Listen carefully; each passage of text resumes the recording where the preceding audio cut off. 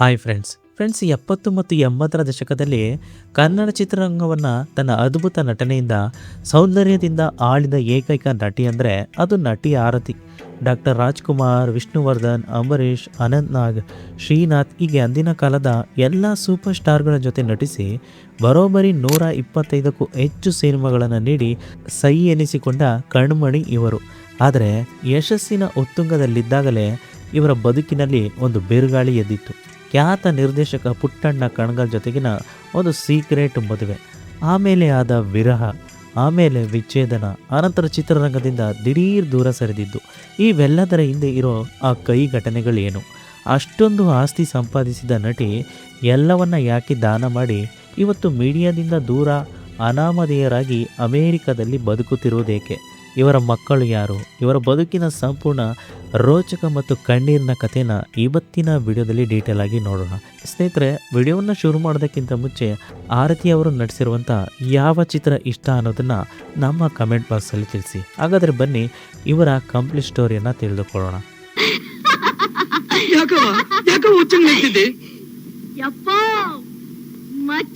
ತಕ್ಕೊಂಡು ಆ ಜಮೀನ್ದಾರ್ ಕುತ್ಕೆನ ಕತ್ತರಿಸ್ಬಿಟ್ಟೆ.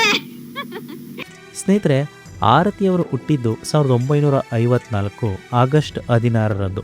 ಅಂದಿನ ಮೈಸೂರು ರಾಜ್ಯದ ಹಾಸನ ಜಿಲ್ಲೆಯ ಅರಕಲಗೂಡು ತಾಲೂಕಿನ ಅರೆಗಲ್ಲು ಎಂಬ ಒಂದು ಪುಟ್ಟ ಗ್ರಾಮದಲ್ಲಿ. ತಂದೆ ಶೇಷಣ್ಣ, ತಾಯಿ ಸತ್ಯಭಾಮ.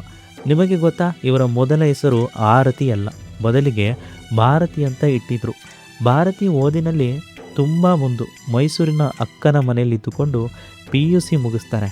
ಇವರಿಗೆ ಮುಂದೆ ಓದಿ ಡಾಕ್ಟರ್ ಆಗಬೇಕು ಅನ್ನೋ ಒಂದು ಆಸೆ ಇರುತ್ತೆ. ಆದರೆ ಆ ಕಾಲದಲ್ಲಿ ಹೆಣ್ಣು ಮಕ್ಕಳು ಜಾಸ್ತಿ ಓದಬಾರದು ಎನ್ನುವ ತಂದೆಯ ಕಟ್ಟುನಿಟ್ಟಿನ ನಿಯಮದಿಂದಾಗಿ ಇವರ ಡಾಕ್ಟರ್ ಕನಸು ಅರ್ಧಕ್ಕೆ ಮುರಿದು ಬೀಳುತ್ತೆ. ಇನ್ನು ಕಾಲೇಜು ದಿನಗಳಲ್ಲಿ ನಾಟಕಗಳಲ್ಲಿ ಅಭಿನಯಿಸುತ್ತಿದ್ದ ಇವರ ಮೇಲೆ ಸಿನಿಮಾದ ಕಣ್ಣು ಬೀಳುತ್ತೆ. ಒಮ್ಮೆ ಸಂಬಂಧಿಕರ ಜೊತೆ ನಿರ್ದೇಶಕ ಪುಟ್ಟಣ್ಣ ಕಣಗಾಲ್ ಅವರನ್ನು ಭೇಟಿಯಾದ ಭಾರತಿ ತಮಗೆ ನಟಿಸಲು ಅವಕಾಶ ಕೊಡುವಂತೆ ಕೇಳ್ತಾರೆ. ತಮ್ಮ ಅಡ್ರೆಸ್ ಚೀಟಿಯನ್ನು ಕೊಟ್ಟು ಬರ್ತಾರೆ. ನಂತರ ಪುಟ್ಟಣ್ಣ ಅವರು ತಮ್ಮ ಗೆಜ್ಜೆ ಪೂಜೆ ಸಿನಿಮಾದ ಒಂದು ಸಣ್ಣ ಪಾತ್ರಕ್ಕಾಗಿ ಒಂದು ನಟಿಯ ಹುಡುಕಾಟದಲ್ಲಿದ್ದಾಗ ಇವರ ನೆನಪಾಗುತ್ತೆ. ಇವರ ನೆನಪಾಗಿ ಗೆಳೆಯ ಹಾಗೂ ನಿರ್ಮಾಪಕ ಶಿವರಾಮ್ ಅವರಿಗೆ ಆ ಚೀಟಿ ನೀಡ್ತಾರೆ. ಶಿವರಾಮ್ ಮೈಸೂರಿಗೆ ಹುಡುಕಿಕೊಂಡು ಹೋದಾಗ ತಂದೆಯ ವಿರೋಧ ಇರುತ್ತೆ. ಆದರೆ ಶಿವರಾಮ್ ಅವರು ತಂದೆಯನ್ನು ಒಪ್ಪಿಸಿ ಸಂಖ್ಯಾಶಾಸ್ತ್ರದ ಪ್ರಕಾರ ಭಾರತೀಯ ಹೆಸರನ್ನು ಆರತಿ ಎಂದು ಬದಲಾಯಿಸಿ ಚಿತ್ರರಂಗಕ್ಕೆ ಪರಿಚಯಿಸ್ತಾರೆ. ಆಗ ಆರತಿಗೆ ಕೇವಲ 16 ವರ್ಷ ವಯಸ್ಸಷ್ಟೇ.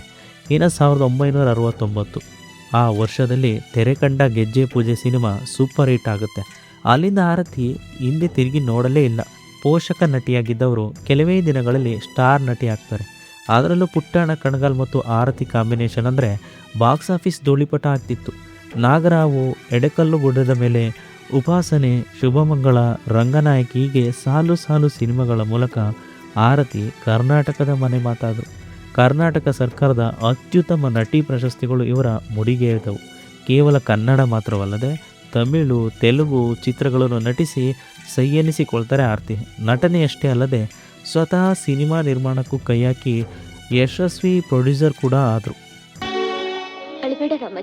ಅಲ್ಮೇಲು ಕರ್ಕೊಂಡು ನೋಡಿ ನನ್ನ ಮನೆಗೆ, ನಿನ್ನ ದುರವಸ್ಥೆಗೆ ತಂದ ಆ ಚಂಡಾಲನ್ನ. ಇನ್ನು ಸಿನಿಮಾಗಳಲ್ಲಿ ನಟಿಸುತ್ತಾ ನಿರ್ದೇಶಕ ಪುಟ್ಟಣ್ಣ ಕಣಗಾಲ್ ಮತ್ತು ನಟಿ ಆರತಿ ನಡುವೆ ಪ್ರೀತಿ ಚಿಗುರೊಡೆಯುತ್ತೆ. ಪುಟ್ಟಣ್ಣ ಅವರ ಸಿನಿಮೆಯ ಜ್ಞಾನ, ವ್ಯಕ್ತಿತ್ವಕ್ಕೆ ಆರತಿ ಫಿದಾ ಆಗಿರ್ತಾರೆ.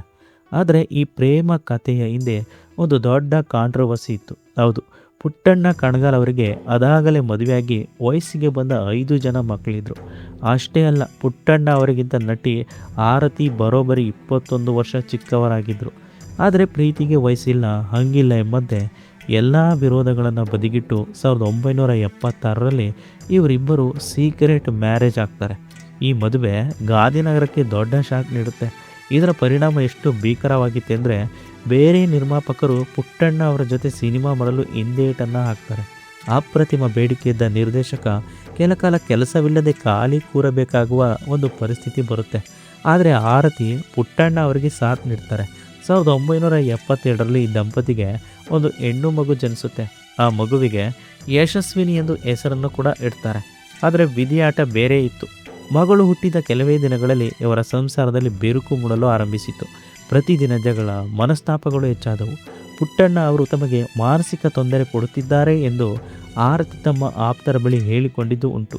ಶೂಟಿಂಗ್ ಸೆಟ್ಗಳಲ್ಲೂ ಇವರಿಬ್ಬರ ನಡುವೆ ಸಾಕಷ್ಟು ಭಿನ್ನಾಭಿಪ್ರಾಯಗಳು ಕೂಡ ಆಗಾಗ ತಾರಕಕ್ಕೇರಿದವು. ಕೊನೆಗೆ ಮದುವೆಯಾದ ಕೇವಲ 5 ವರ್ಷಕ್ಕೆ ಅಂದರೆ 1981ರಲ್ಲಿ ಇಬ್ಬರು ಪರಸ್ಪರ ದೂರವಾಗ್ತಾರೆ.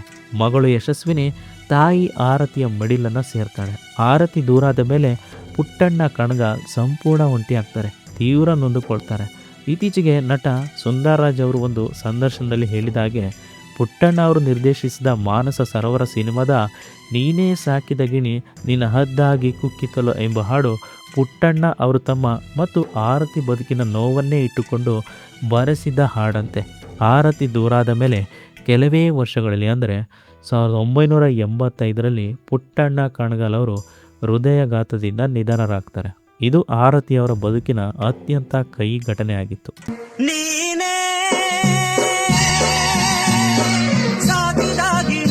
ಇನ್ನು ಪುಟ್ಟಣ್ಣ ಅವರಿಂದ ದೂರಾದ ಮೇಲೆ ಆರತಿ ಸಿನಿಮಾಗಳಿಂದಲೂ ದೂರ ಸರಿಯತೊಡಗುತ್ತಾರೆ.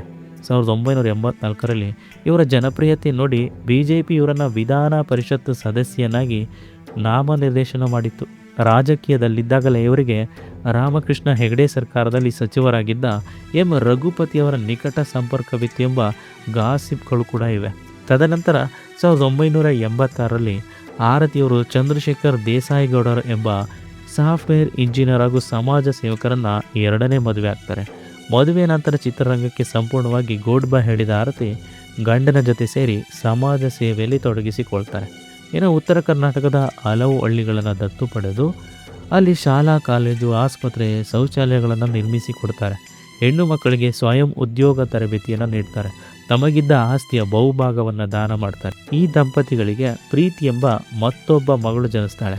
ಅಂದರೆ ಆರತಿಯವರಿಗೆ ಒಟ್ಟು 2 ಹೆಣ್ಣು ಮಕ್ಕಳು, ಯಶಸ್ವಿನಿ ಮತ್ತು ಪ್ರೀತಿ.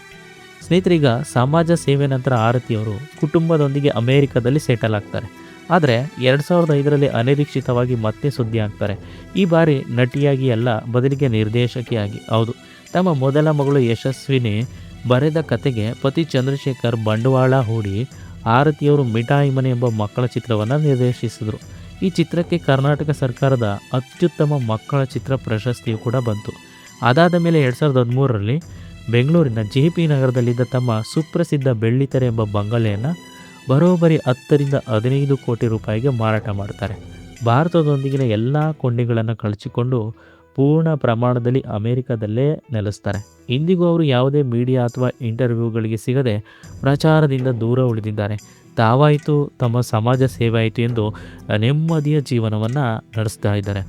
ಚಿತ್ರರಂಗದಲ್ಲಿ ನಾಯಕಿಯಾಗಿ ಮೆರೆದು ವೈಯಕ್ತಿಕ ಜೀವನದಲ್ಲಿ ಕಷ್ಟದ ದಿನಗಳನ್ನು ಕಂಡು ಕೊನೆಗೆ ಎಲ್ಲವನ್ನ ತೊರೆದು ಪ್ರಶಾಂತ ಜೀವನ ನಡೆಸುತ್ತಿರುವ ಕನ್ನಡದ ಹೆಮ್ಮೆಯ ನಟಿ ಆರತಿ.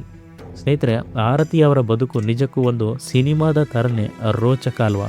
ಸೊ ಸ್ನೇಹಿತರೆ, ನಿಮಗೆ ನಟಿ ಆರತಿ ಅವರು ನಟಿಸಿದ ಚಿತ್ರಗಳಲ್ಲಿ ಯಾವ ಸಿನಿಮಾ ತುಂಬ ಇಷ್ಟ ಅನ್ನೋದನ್ನು ಕಾಮೆಂಟ್ ಬಾಕ್ಸಲ್ಲಿ ತಿಳಿಸಿ. ಹಾಗೆ ಇವರ ಲೈಫ್ ಸ್ಟೋರಿ ನಿಮಗೆ ಇಂಟ್ರೆಸ್ಟಿಂಗ್ ಅಥವಾ ಇಷ್ಟ ಆಗಿದ್ದರೆ ವಿಡಿಯೋವನ್ನು ಖಂಡಿತ ಲೈಕ್ ಮಾಡಿ, ಹಾಗೆ ವಿಡಿಯೋವನ್ನು ಶೇರ್ ಮಾಡಿ. ಇದೇ ರೀತಿ ಲೈಫ್ ಸ್ಟೋರೀಸ್ ಮತ್ತು ಟ್ರೆಂಡಿಂಗ್ ಟಾಪಿಕ್ ಆಗಿ ನೀವು ಇನ್ನೂ ಕೂಡ ನಮ್ಮ ಚಾನಲನ್ನು ಸಬ್ಸ್ಕ್ರೈಬ್ ಮಾಡಿಲ್ಲ ಅಂದರೆ ಈ ಕೂಡಲೇ ಸಬ್ಸ್ಕ್ರೈಬ್ ಮಾಡ್ಕೊಳ್ಳಿ. Thanks for watching video.